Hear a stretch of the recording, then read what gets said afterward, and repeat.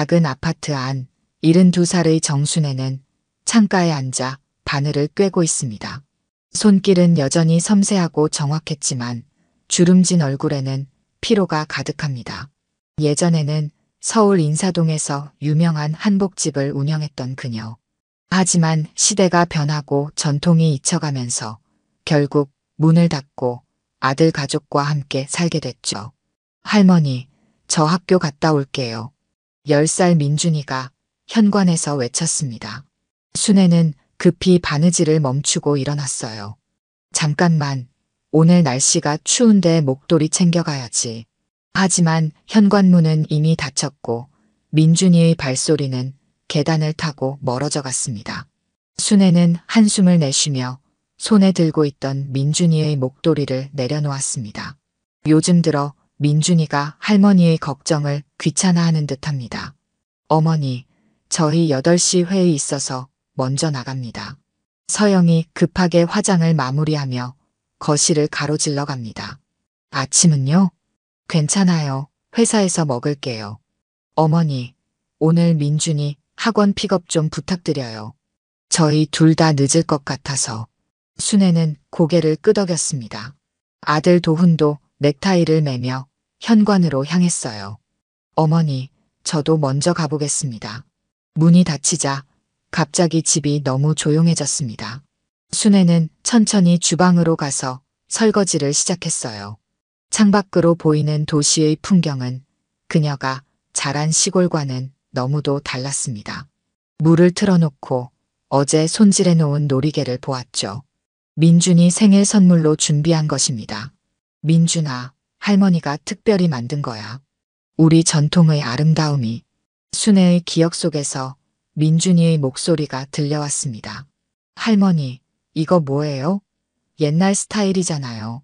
제 친구들은 다 새로운 게임 가지고 있는데. 순애의 손이 멈췄습니다. 언제부터 민준이가 할머니의 이야기에 흥미를 잃었을까요? 예전에는 할머니가 들려주는 옛날 이야기에 귀 기울이던 아이였는데 이제는 스마트폰만 들여다봅니다. 순애는 창가로 돌아와 바느질을 이어갔습니다.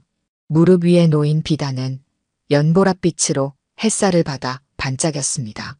한 땀 한 땀 정성을 들릴 때마다 그녀의 마음은 조금씩 가벼워졌어요. 바느질만큼은 그녀에게 위안이 되었습니다. 저녁이 되자 아파트는 다시 시끌벅적해졌습니다.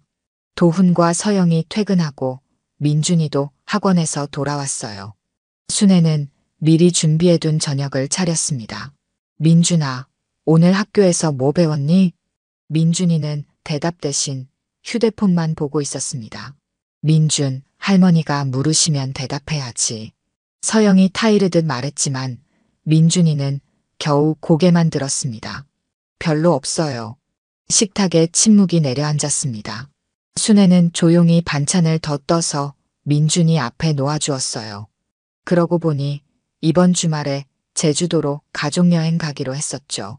도훈이 입을 열었습니다. 서영이 눈을 반짝이며 말했습니다. 맞아요. 호텔도 예약했고 렌터카도 미리 해놨어요. 어머니, 같이 가실래요? 순애는 잠시 망설였습니다. 여행이라니 얼마만인지 기억도 나지 않습니다. 하지만 곧 그녀의 얼굴에 쓸쓸한 미소가 번졌어요. 아니야, 난 그냥 집에 있을게. 너희끼리 재미있게 다녀와. 어머, 왜요? 같이 가면 좋을 텐데. 서영이 형식적으로 물었습니다. 괜찮아. 나 있으면 너희도 불편할 것 같고. 난 여기서 푹 쉴래. 도훈과 서영은 더 이상 권하지 않았고 곧 여행 계획에 대한 이야기로 식탁은 다시 활기를 찾았습니다. 하지만 순애의 마음 한구석은 텅 비어 있었습니다. 내가 왜 이 집에서 남처럼 지내야 하나. 그런 생각이 스쳐 지나갔습니다. 침실로 돌아온 순애는 오래된 사진첩을 꺼냈습니다. 젊은 시절 화려한 한복을 만들며 행복하게 웃고 있는 자신의 모습이 담긴 사진들이 가득했어요. 그때는 얼마나 자랑스러웠던가요? 이제는 단지 손자를 돌보는 할머니로 전락했습니다. 순애는 창밖의 밤하늘을 바라보았습니다. 별들이 반짝이고 있었어요. 그 순간 그녀의 마음속에서 무언가가 움직였습니다. 평생 가족을 위해 살아온 그녀가 처음으로 자신의 인생을 생각하기 시작했습니다. 나도 내 인생을 찾아도 되지 않을까? 순애의 눈빛이 달라졌습니다. 주말이 되자 도훈 가족은 분주히 여행 준비를 했습니다. 서영은 짐을 챙기고 도훈은 차량을 점검했어요. 민준이는 자신의 태블릿과 게임기를 가방에 담았습니다. 어머니, 정말 괜찮으세요? 혼자 계실 생각하니 걱정되네요. 서영이 형식적인 걱정을 내비쳤습니다. 순애는 미소를 지으며 고개를 끄덕였습니다. 걱정 말고 다녀와. 나 혼자 있는 거 익숙해. 냉장고에 반찬 다 해놨으니까 데워 드시기만 하면 돼요. 알았어. 조심히 다녀와. 순애는 현관문 앞에서 손을 흔들며 그들을 배웅했습니다. 문이 닫히고 발소리가 사라지자 아파트는 다시 고요해졌습니다. 순애는 거실 소파에 앉아 깊은 숨을 내쉬었어요. 지금 이 순간 그녀는 진정으로 홀로 남겨진 느낌이었습니다. 텔레비전을 켜고 채널을 바꿔보았지만 아무것도 눈에 들어오지 않았습니다. 벽에 걸린 시계만이 덩그러니 시간을 알려주고 있었어요. 틱, 틱, 틱. 시계 소리가 어쩐지 더 크게 들렸습니다. 순애는 천천히 일어나 자신의 방으로 향했습니다. 좁은 방 안에는 그녀의 삶이 고스란히 담겨 있었습니다. 오래된 재봉틀, 한복 1000조각들, 바느질 도구들. 순애는 서랍을 열어 낡은 사진첩을 꺼냈습니다. 첫 페이지에는 젊은 시절 한복을 만들며 환하게 웃고 있는 그녀의 모습이 있었어요. 그 시절에는 정순애의 한복이라면 누구나 알아주는 시절이었습니다. 결혼식 한복을 맞추기 위해 예약을 몇 달씩 기다리는 사람들도 있었죠. 그때는 내 손에서 피어나는 한복이 그렇게 자랑스러웠는데 순애는 천천히 사진첩의 페이지를 넘겼습니다. 아들 도훈이 태어났을 때 그의 첫 돌잔치, 학창시절, 결혼식까지 그녀의 인생이 한 페이지씩 지나갔습니다. 마지막 페이지에는 민준이의 100일 사진이 있었습니다. 그때만 해도 순애의 집은 따로 있었고 한복집도 운영하고 있었습니다. 창밖으로 보이는 도시의 불빛이 반짝였습니다. 순애는 문득 텔레비전에서 봤던 강원도 정선 아라리촌의 모습이 떠올랐습니다. 전통 한옥이 즐비한 마을, 고즈넉한 분위기, 그리고 그곳에서 전통 문화를 즐기는 사람들의 모습. 순애의 마음이 그곳으로 향했습니다. 나도 그런 곳에서 살 수 있을까? 처음에는 그저 스쳐 지나가는 생각이었습니다. 하지만 점점 그 생각은 구체적인 형태를 갖추기 시작했어요. 순애는 컴퓨터 앞에 앉았습니다. 도훈이 가끔 사용법을 알려준 덕분에 기본적인 인터넷 검색은 할 수 있었습니다. 정선 아라리촌 한옥. 검색 결과가 화면에 나타났습니다. 아름다운 한옥들, 그리고 그곳에서 열리는 전통문화 체험 프로그램들. 순애의 눈이 반짝였습니다. 몇 시간 동안 그녀는 정선에 대한 정보를 찾아보았습니다. 그곳에는 전통문화를 사랑하는 사람들이 모여 살고 있었고 관광객들에게 한국의 전통을 알리는 다양한 활동이 이루어지고 있었습니다. 다음 날 아침 순애는 일찍 일어나 은행에 갔습니다. 그녀 명의로 된 통장을 확인하고 남아있는 적금과 연금 상황을 점검했습니다. 오후에는 부동산을 찾아가 자신이 소유하고 있던 작은 원룸에 대해 상담했어요. 그 집은 오래전에 한복집을 정리하고 난 후 유일하게 남겨둔 그녀의 재산이었습니다. 이 집을 팔려고 하세요? 요즘 시세가 좋은데 좋은 가격에 나갈 것 같습니다. 부동산 중개인의 말에 순애는 고개를 끄덕였습니다. 집으로 돌아온 그녀는 자신의 옷장을 열었습니다. 가장 아끼는 한복 몇 벌과 평소에 입는 옷 몇 벌을 꺼내 작은 가방에 넣었습니다. 그리고 평생 모아온 바느질 도구와 특별한 천조각들도 조심스럽게 챙겼습니다. 저녁이 되자 순애는 작은 메모지를 꺼내 편지를 썼습니다. 도훈아, 서영아, 민준아. 이제 내 삶은 내가 결정한다. 너희는 너희 삶을 살아라. 걱정하지 마라. 내가 원하는 곳에서 내가 하고 싶은 일을 하며 살 것이다. 가끔 연락할게. 편지를 쓰는 순애의 손은 떨리지 않았습니다. 오히려 오랜만에 느끼는 해방감과 설렘이 그녀를 채웠습니다. 그녀는 마지막으로 민준이의 방을 들여다봤습니다. 책상 위에 정성스럽게 만든 놀이개를 올려두었습니다. 할머니가 만든 마지막 선물이야. 언젠가 이해해 주길 바란다. 순애는 작은 가방을 들고 집을 나섰습니다. 그녀의 발걸음은 가볍고 확신에 차 있었습니다. 밤하늘의 별들이 그녀의 새로운 여정을 지켜보는 듯 했습니다. 버스 정류장에 서서 강원도 정선행 버스를 기다리는 순애의 얼굴에는 오랜만에 진정한 미소가 피어올랐습니다. 이제 나의 새로운 삶이 시작된다. 강원도 정선으로 향하는 버스 안, 정순애는 창밖으로 빠르게 지나가는 풍경을 바라보았습니다. 서울의 빽빽한 빌딩들이 점점 뒤로 물러나고 푸른 산과 넓은 들판이 나타났습니다. 도시의 소음과 복잡함에서 벗어나는 기분이었습니다. 손에 쥔 가방 안에는 그녀의 인생이 담겨 있었습니다. 평생을 함께한 바느질 도구들, 특별히 아끼던 비단 조각들, 그리고 직접 만든 고급 한복 몇 벌. 버스가 산길을 오르내릴 때마다 순애의 심장도 함께 뛰었습니다. 70이 넘은 나이에 홀로 떠나는 여정, 두렵기도 했지만 그보다 더 강한 설렘이 있었습니다. 할머니, 어디까지 가세요? 옆자리에 앉은 젊은 여성이 물었습니다. 정선 아라리촌까지 간다오. 혼자 가시는 거예요? 대단하시네요. 순애는 미소를 지었습니다. 나이 들어서도 꿈을 찾아가는 게 대단한 일일까? 젊은 여성은 잠시 생각에 잠겼다가 고개를 끄덕였습니다.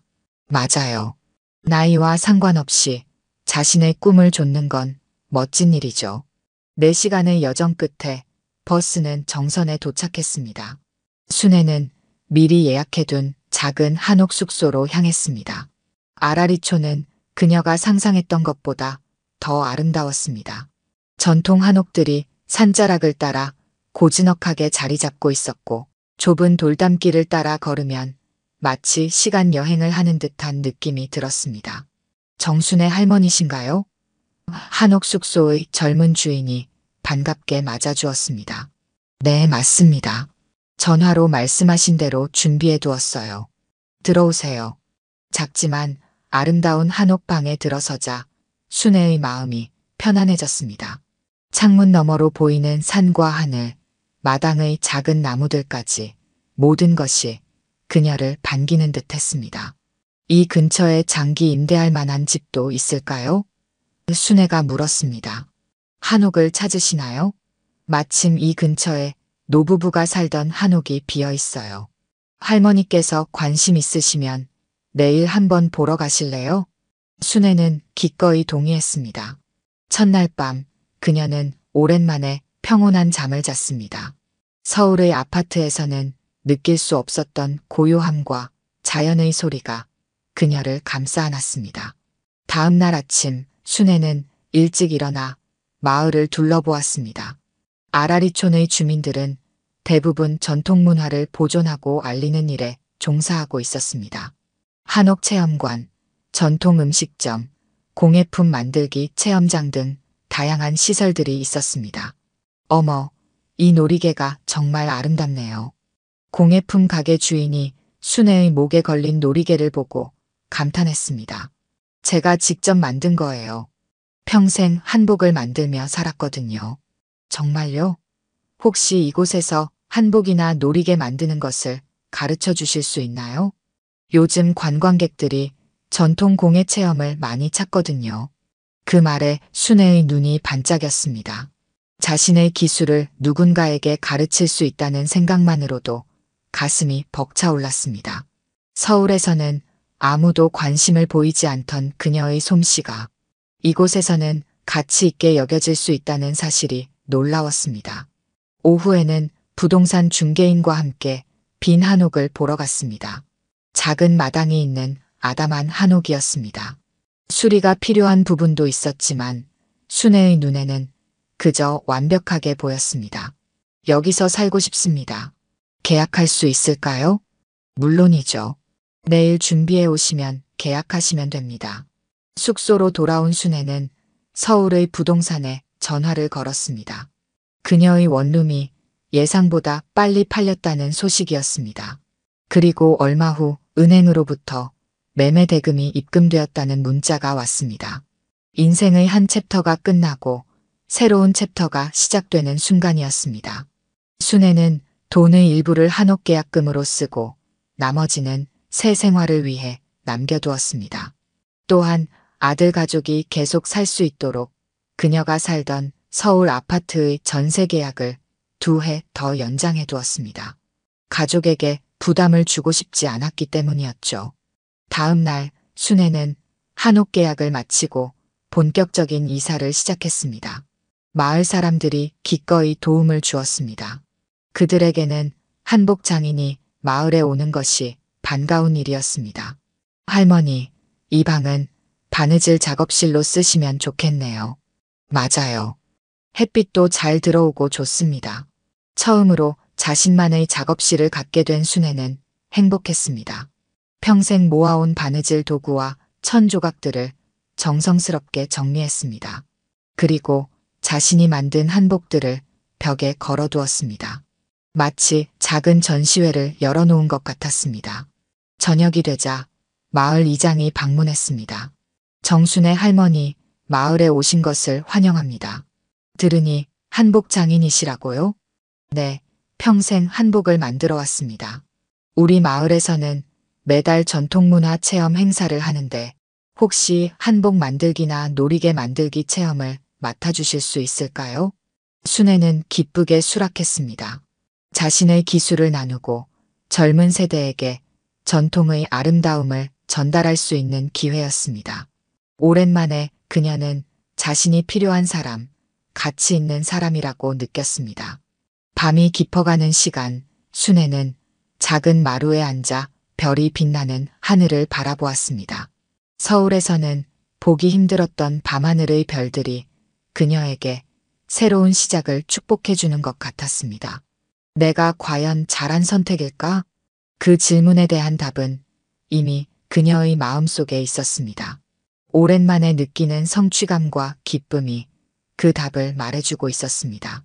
순애는 가방에서 작은 거울을 꺼내 자신의 얼굴을 바라보았습니다.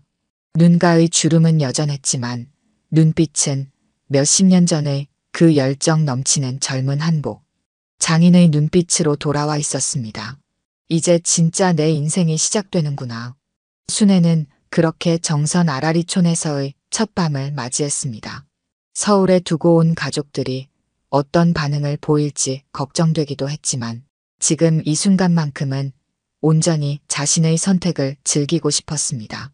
내일은 또 다른 시작일 테니까요. 제주도에서의 가족 여행을 마치고 돌아온 도훈 가족은 현관문을 열자마자 이상한 기운을 느꼈습니다.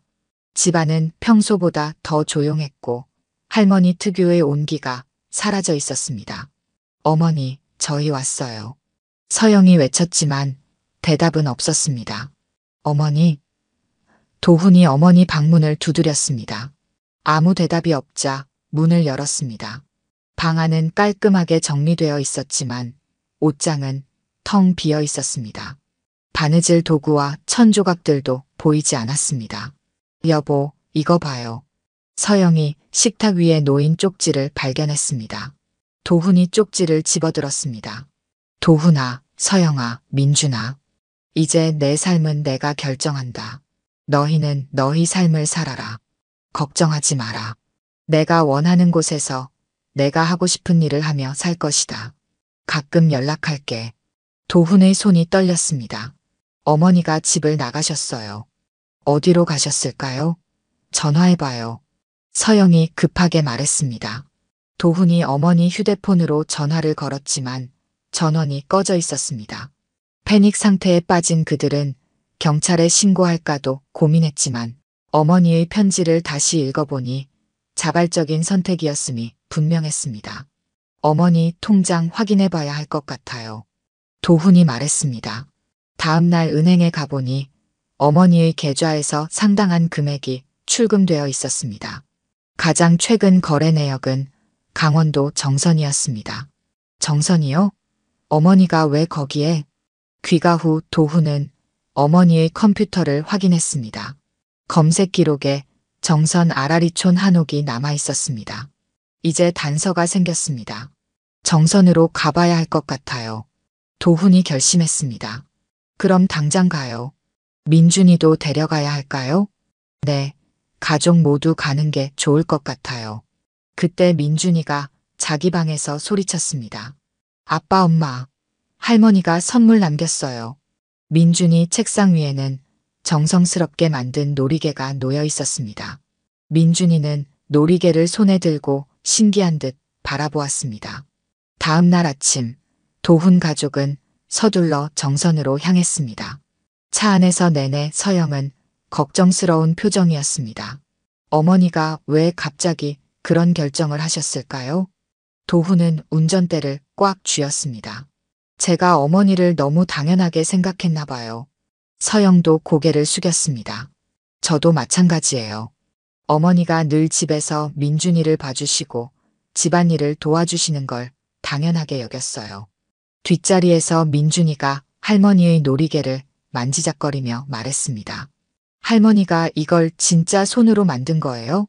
대단하다. 정선에 도착한 가족은 아라리촌으로 향했습니다. 마을 입구에서 한 노인에게 물었습니다. 혹시 최근에 서울에서 오신 할머니를 보셨나요? 72살이시고 한복을 잘 만드시는 분인데요. 노인은 미소 지었습니다. 아, 정순의 할머니 말씀이신가요? 며칠 전에 오셔서 저쪽 한옥에 사시게 됐어요. 마을 사람들이 다 반겨주고 있답니다. 도훈 가족은 노인이 가리킨 방향으로 걸어갔습니다.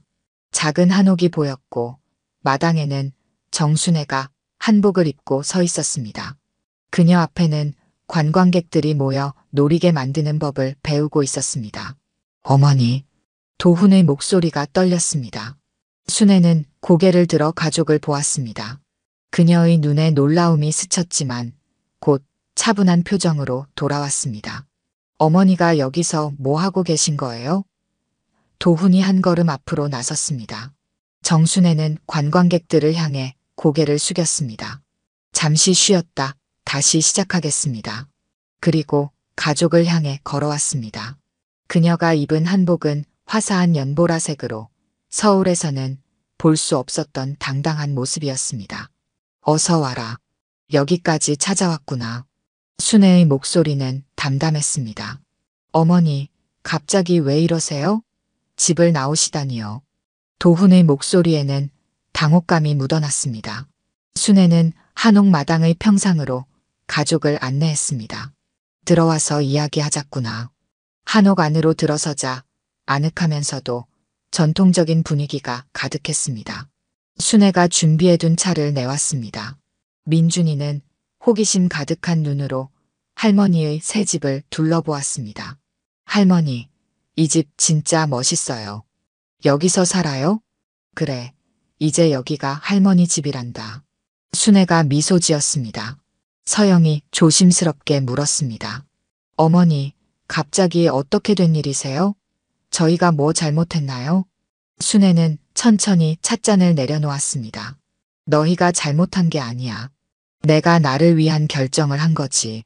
하지만 어머니, 우리는 가족이잖아요. 가족끼리는 함께 있어야죠. 도훈이 목소리를 높였습니다. 그 말에 순애의 표정이 굳어졌습니다. 가족이라면서 내 삶에 대해 한 번이라도 물어본 적 있니? 그 질문에 도훈과 서영은 대답하지 못했습니다. 순애는 계속 말했습니다. 내가 한복 만드는 것을 얼마나 좋아하는지, 내 꿈이 뭔지, 내가 무엇을 원하는지 한 번이라도 물어본 적 있니? 난 그저 집에서 민준이를 돌보고 집안일을 하는 사람이었을 뿐이야. 그게 아니라 어머니는 우리 가족에게 중요한 분이시잖아요. 도훈이 변명하듯 말했습니다. 중요하다면서 제주도 여행은 왜 너희끼리만 갔니? 순애의 목소리에 서러움이 배어나왔습니다. 서영이 깊은 한숨을 내쉬었습니다. 정말 죄송해요, 어머니.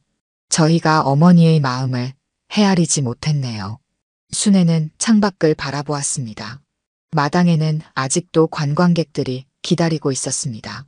보렴, 여기서는 내가 필요한 사람이야. 내 손길을 기다리는 사람들이 있단다. 내 기술을 배우려는 사람들이 있고 내가 만든 한복과 놀이개를 귀하게 여기는 사람들이 있어. 도훈은 어머니의 말을 듣고 처음으로 그녀의 입장에서 생각해 보았습니다. 아들로서 평생 어머니를 당연하게 여겼던 자신의 모습이 부끄러웠습니다. 그렇다고 갑자기 이렇게 떠나시면 저희는 얼마나 걱정했는지 아세요? 도훈이 말했습니다. 걱정할까봐 편지도 남겼고 너희 집 전세 계약도 2해 더 연장해 두었다. 내가 살던 원룸을 팔아서 마련한 거야. 그 말에 도훈과 서영은 놀랐습니다. 어머니가 그런 준비까지 해두었다는 사실에 더 할 말이 없었습니다. 민준이가 갑자기 할머니 옆으로 다가갔습니다. 할머니, 제 책상에 놔둔 놀이개 정말 예뻐요. 어떻게 만든 거예요? 순애의 눈빛이 부드러워졌습니다. 정말 마음에 들었니? 네, 진짜 멋있어요. 친구들한테도 자랑했어요. 민준이가 순애의 손을 잡았습니다. 그 모습을 보던 서영이 순애에게 물었습니다. 어머니, 정말 여기서 사실 거예요?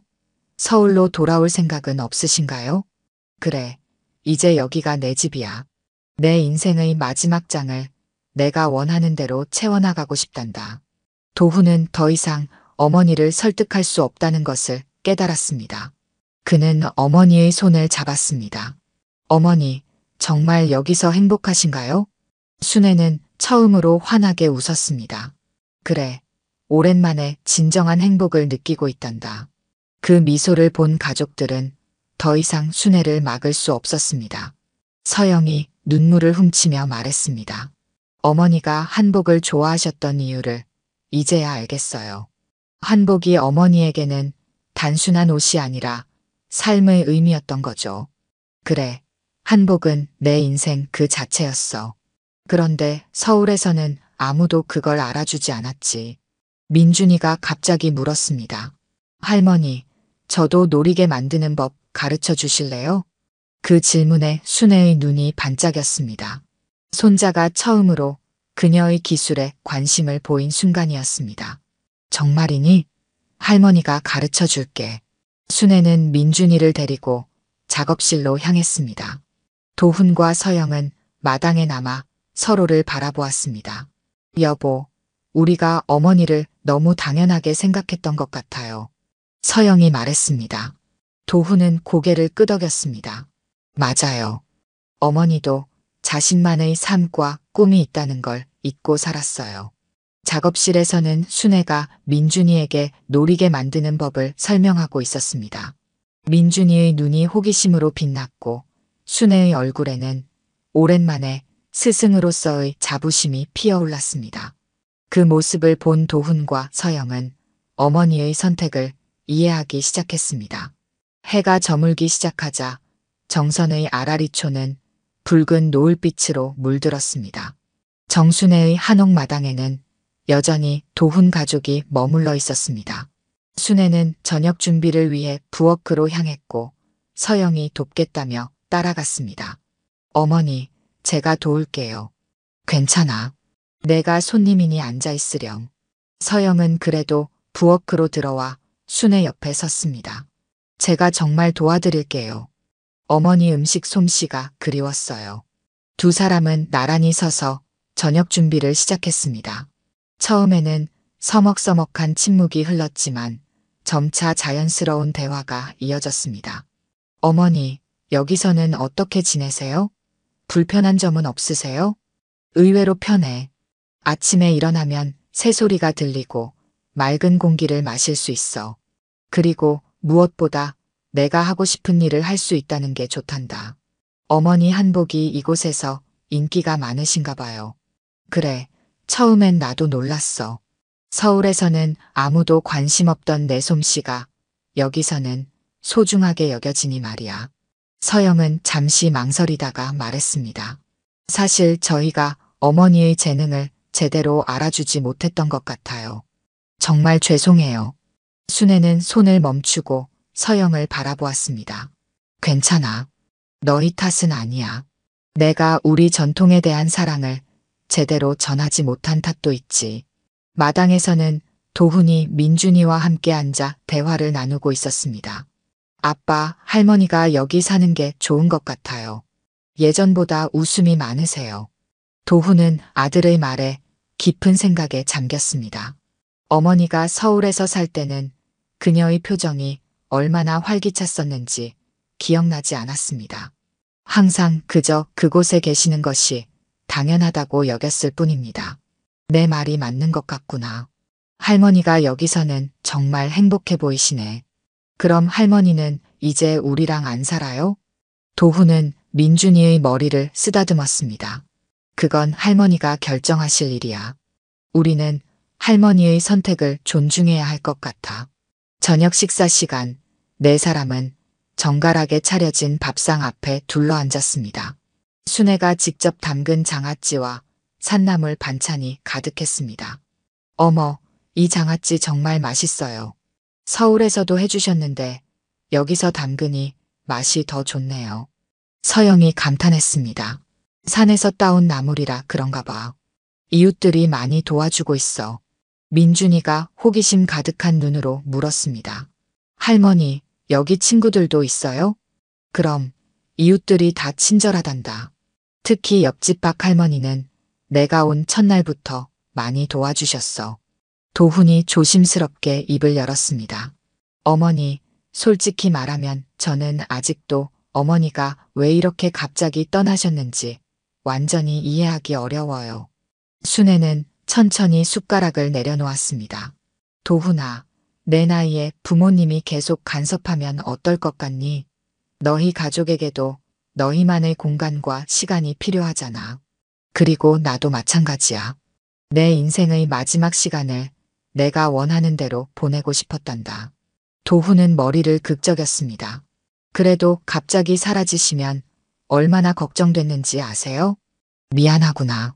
하지만 너희에게 편지도 남겼고 집도 정리해 놓았잖니. 내가 할 수 있는 최선이었어. 서영이 중재하듯 말했습니다. 여보, 어머니도 나름대로 최선을 다하신 거예요. 우리도 어머니의 입장에서 생각해 볼 필요가 있어요. 순애는 감사하다는 듯 서영을 바라보았습니다.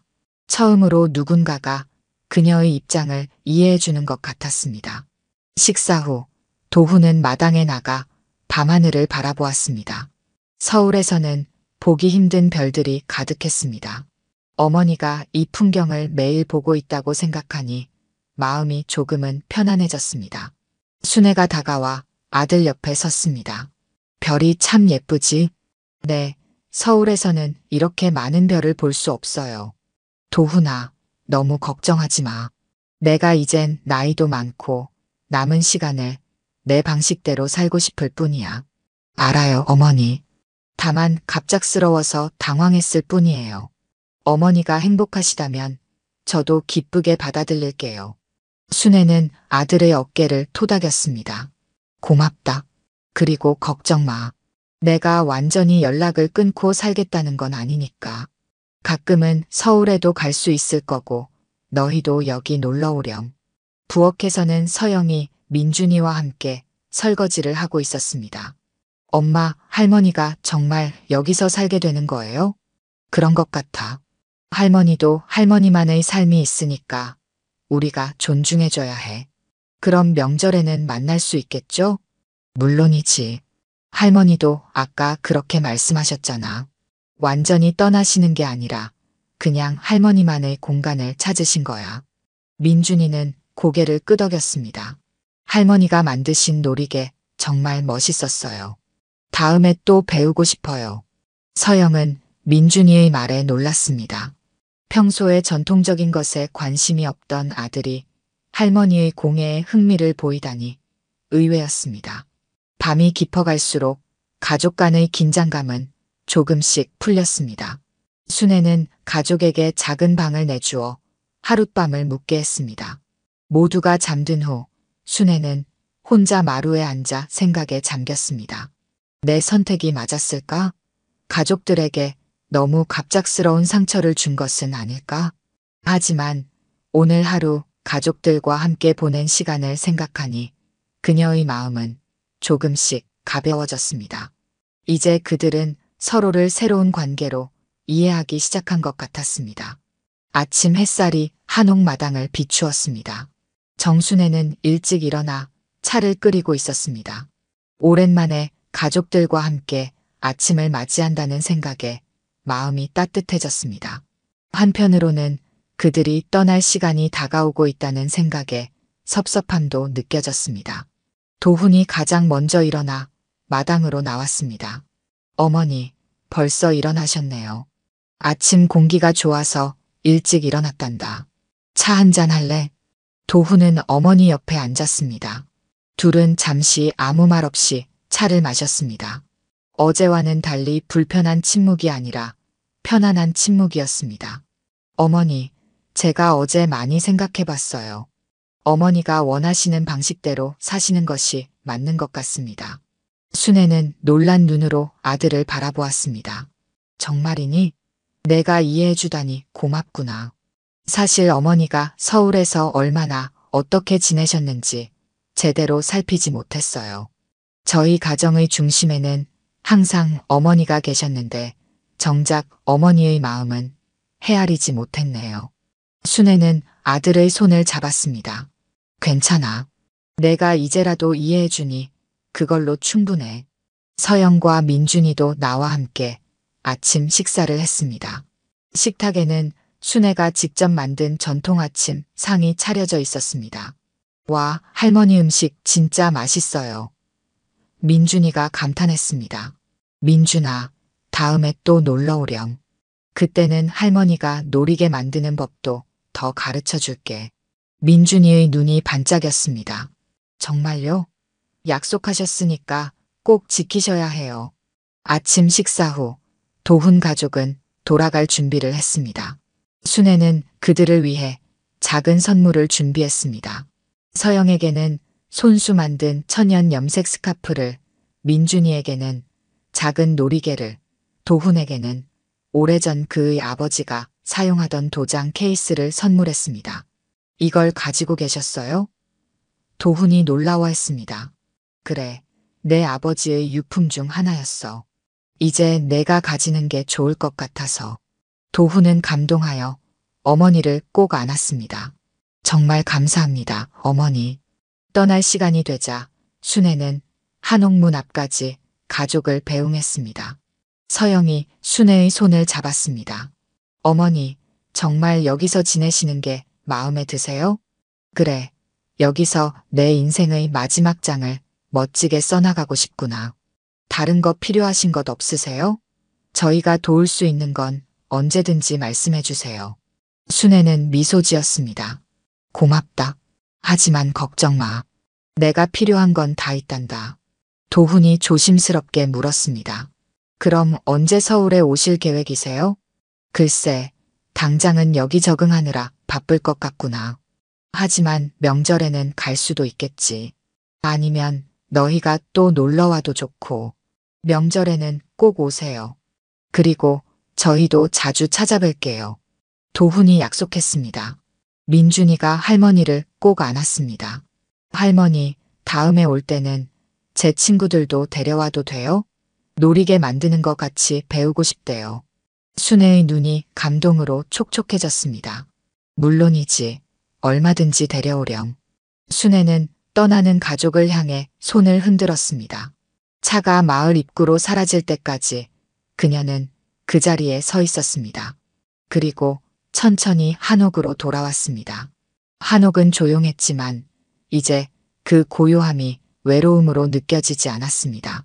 오히려 평화롭고 안정감이 느껴졌습니다. 순애는 작업실로 가서 바느질을 시작했습니다. 오늘 마을 체험관에서 사용할 놀이개 재료를 준비해야 했습니다. 한편 서울로 돌아가는 차 안에서 도훈 가족은 각자 생각에 잠겨 있었습니다. 할머니 정말 멋있어요. 혼자서 새로운 곳에 가서 새 삶을 시작하시다니. 민준이가 감탄했습니다. 서영이 고개를 끄덕였습니다. 정말 대단하신 것 같아요. 70이 넘은 나이에 그런 용기를 내시다니. 도훈은 운전대를 꽉 쥐었습니다. 어머니의 선택을 존중해야 할 것 같아요. 처음에는 이해하기 어려웠지만 어머니도 어머니만의 삶이 있다는 걸 이제야 깨달았습니다. 서영이 남편의 어깨를 토닥였습니다. 우리가 할 수 있는 건 어머니의 선택을 지지해주는 거예요. 그리고 자주 찾아뵙고 연락드리는 거고요. 집으로 돌아온 도훈 가족은 어머니가 없는 집이 어색하게 느껴졌습니다. 하지만 그것도 새로운 시작의 일부였습니다. 서영은 민준이의 방에 들어가 정리를 도왔습니다. 민준아, 할머니가 주신 놀이개 어디에 둘까? 민준이는 자신의 책상 위에 조심스럽게 놀이개를 올려놓았습니다. 여기요. 매일 볼 수 있게. 서영은 아들의 모습에 미소 지었습니다. 할머니의 선택이 오히려 가족 모두에게 새로운 시각을 가져다 준 것 같았습니다. 그날 밤 도훈은 아버지의 도장 케이스를 바라보며 깊은 생각에 잠겼습니다. 어머니가 평생 간직해온 물건을 이제 그에게 넘겨준 것이었습니다. 마치 세대 간의 이어짐을 상징하는 것 같았습니다. 여보, 괜찮아요? 서영이 옆에 앉았습니다. 네, 그냥 생각이 많네요. 어머니가 이제 자신의 삶을 찾아 떠나셨다는 게 실감이 나네요. 그래도 완전히 떠나신 게 아니잖아요. 우리는 여전히 가족이고 이제는 서로의 공간을 존중하는 방식으로 관계를 이어가는 거예요. 도훈은 고개를 끄덕였습니다. 맞아요. 사실 어머니가 저렇게 행복해 하시는 모습을 보니 저도 마음이 놓여요. 한 달 후 순애는 정선 아라리촌에서 작은 한복체험관을 열었습니다. 마을 주민들과 관광객들의 호응이 좋았고 그녀의 솜씨는 입소문을 타고 퍼져나갔습니다. 도훈 가족은 주말마다 영상통화로 근황을 주고받았고 매달 한 번씩 정선을 방문하기로 약속했습니다. 새로운 관계의 시작이었습니다. 서로의 공간과 선택을 존중하면서도 마음으로는 더 가까워진 가족의 모습이었습니다.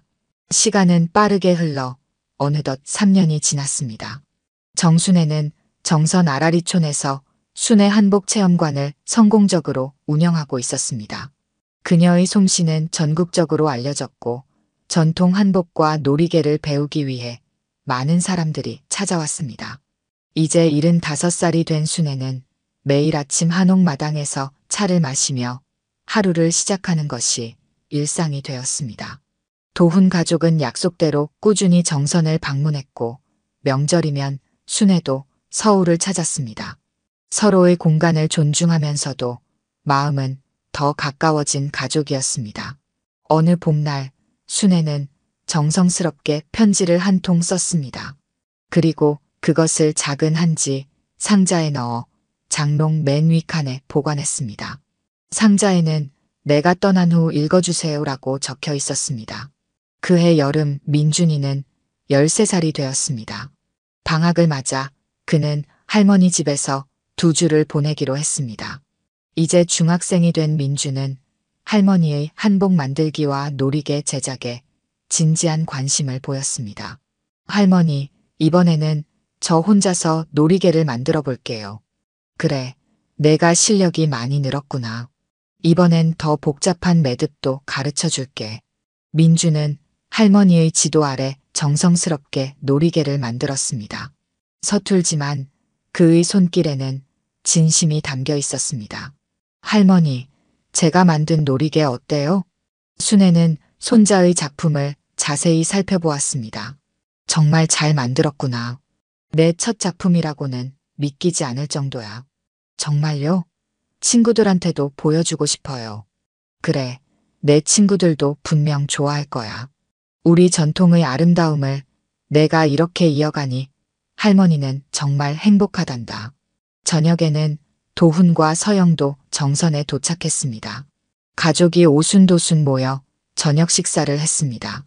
순애는 오랜만에 가족이 함께하는 시간이 무척 소중하게 느껴졌습니다. 어머니, 요즘 건강은 어떠세요? 도훈이 물었습니다. 걱정 마. 이곳의 맑은 공기와 평화로운 생활 덕분에 오히려 더 건강해진 것 같아. 서영이 미소 지었습니다. 정말 그런 것 같아요. 어머니가 서울에 계실 때보다 훨씬 생기 넘치세요. 다음 날 아침 순애는 민준을 데리고 아라리촌 근처 산책로를 걸었습니다. 아침 안개가 산자락을 감싸고 있었고 새들의 지저귀이 평화로운 분위기를 더했습니다. 민준아, 할머니가 너에게 물어볼 게 있단다. 네, 할머니. 뭐예요? 내가 커서 어떤 사람이 되고 싶니? 민준은 잠시 생각에 잠겼습니다. 아직 잘 모르겠어요. 하지만 할머니처럼 내가 좋아하는 일을 용기 있게 선택하는 사람이 되고 싶어요. 순애의 눈시울이 붉어졌습니다. 고맙구나. 그 말이 할머니에게는 가장 큰 선물이야. 할머니, 왜 갑자기 그런 질문을 하세요? 그냥 내가 잘하는 모습이 너무 기특해서. 할머니가 내린 선택이 너에게도 좋은 가르침이 되었으면 하는 마음이야. 돌아오는 길에 순애는 민준에게 특별한 한복 한 벌을 보여주었습니다. 작업실 깊숙한 곳에 보관되어 있던 남자아이용 한복이었습니다. 이건 내가 태어났을 때 할머니가 정성껏 만들어둔 한복이란다. 언젠가 내가 입고 싶을 때를 위해 간직해왔어. 민주는 한복을 물끄러미 바라보았습니다. 와, 정말 멋있어요. 제가 입어볼 수 있을까요? 물론이지. 한번 입어보렴. 민준이 한복을 입자 순애의 눈에서 눈물이 흘렀습니다. 그토록 기다려온 순간이었습니다. 손자가 자신이 만든 한복을 기꺼이 입고 그 아름다움을 알아주는 모습을 보게 될 날이 올 줄은 몰랐습니다. 할머니, 울지 마세요. 제가 이상한가요? 아니야, 할머니는 그저 행복해서 그런 거란다. 내가 그 한복을 정말 잘 어울린단다. 민주는 거울 앞에 서서 자신의 모습을 바라보았습니다. 처음에는 어색했지만 곧 그 한복이 자신에게 특별한 의미를 가진다는 것을 느꼈습니다. 할머니, 다음 학교 문화 발표회 때 이 한복을 입고 노리게 만드는 법을 발표해도 될까요? 순애는 깜짝 놀랐습니다. 정말이니?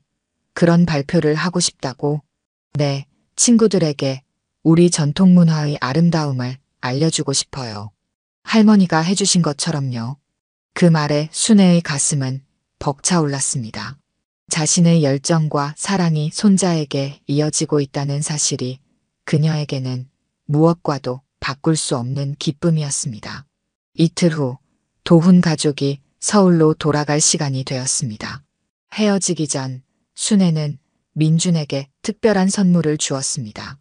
오랫동안 사용해온 그녀의 바느질 도구 세트였습니다. 이건 할머니의 보물이란다. 이제 내가 가져가렴. 정말요? 하지만 할머니가 계속 사용하셔야 하잖아요. 할머니는 이제 새 도구를 샀단다.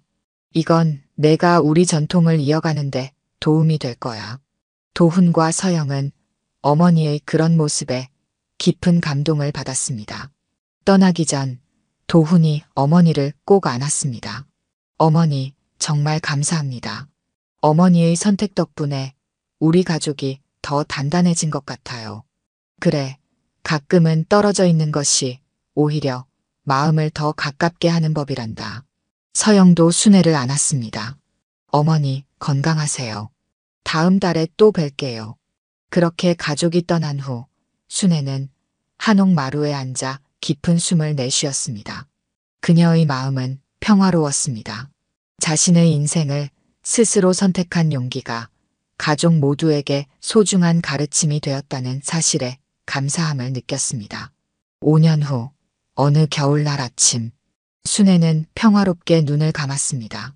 그녀의 장례식에는 아라리촌 주민들과 전국에서 그녀의 제자들이 모였고 그녀가 남긴 한복과 놀이개는 소중한 유산으로 남았습니다. 장례식이 끝난 후 도훈 가족은 어머니의 한옥을 정리하던 중 장롱 위에서 작은 한지 상자를 발견했습니다. 내가 떠난 후 읽어주세요라는 글씨가 쓰여 있었습니다. 상자 안에는 정성스럽게 접힌 편지가 들어 있었습니다. 도훈이 떨리는 손으로 편지를 펼쳤습니다. 사랑하는 도훈, 서영, 그리고 내 손자 민준에게. 내가 이 편지를 쓰는 지금 나는 내 인생에서 가장 행복한 시간을 보내고 있다. 내 선택이 처음에는 너희에게 충격이었을 테지만 지금은 이해해 주어서 고맙다. 가족은 함께 있느냐가 중요한 게 아니라 서로를 이해하고 존중하는 것이 중요하다는 걸 너희도 알게 되었길 바란다. 평생을 가족을 위해 살아온 나에게 마지막 시간은 내 자신을 위한 시간이었고 그 시간 덕분에 나는 진정한 행복을 알게 되었다. 민준아, 할머니의 한복과 놀이개를 사랑해줘서 고맙다. 내가 우리 전통의 아름다움을 이어가는 모습이 할머니에게는 가장 큰 기쁨이었단다. 도훈아, 서영아, 너희의 이해와 지지가 있었기에 내 마지막 여정이 더욱 빛났다. 모든 것에 감사한다. 가족은 영원히 마음으로 연결되어 있다는 것을 잊지 말아라. 정순의 드림. 편지를 다 읽은 도훈의 눈에서 눈물이 흘렀습니다. 서영도, 이제 18살이 된 민준도 눈물을 훔쳤습니다. 1년 후 민준은 대학 진학을 앞두고 중요한 결정을 내렸습니다. 그는 전통 공예를 전공하기로 했습니다. 할머니가 만든 한복을 입어보고 싶다고 했던 그 말이 제 인생의 방향을 바꿨어요. 도훈과 서영은 아들의 선택을 전적으로 지지했습니다. 그들은 순애 할머니에게서 배운 가장 중요한 교훈을 잊지 않았습니다. 각자의 선택을 존중하고 마음으로 서로를 이해하는 것. 그것이 진정한 가족의 의미였습니다. 오늘 들려드린 이야기가 여러분의 마음에 작은 울림이 되었기를 바랍니다. 이야기가 좋으셨다면 좋아요와 구독 부탁드려요. 다음 사연을 들려드리는데 큰 힘이 된답니다. 그리고 여러분의 이야기도 댓글로 들려주세요. 다음 이야기 때 또 뵙겠습니다.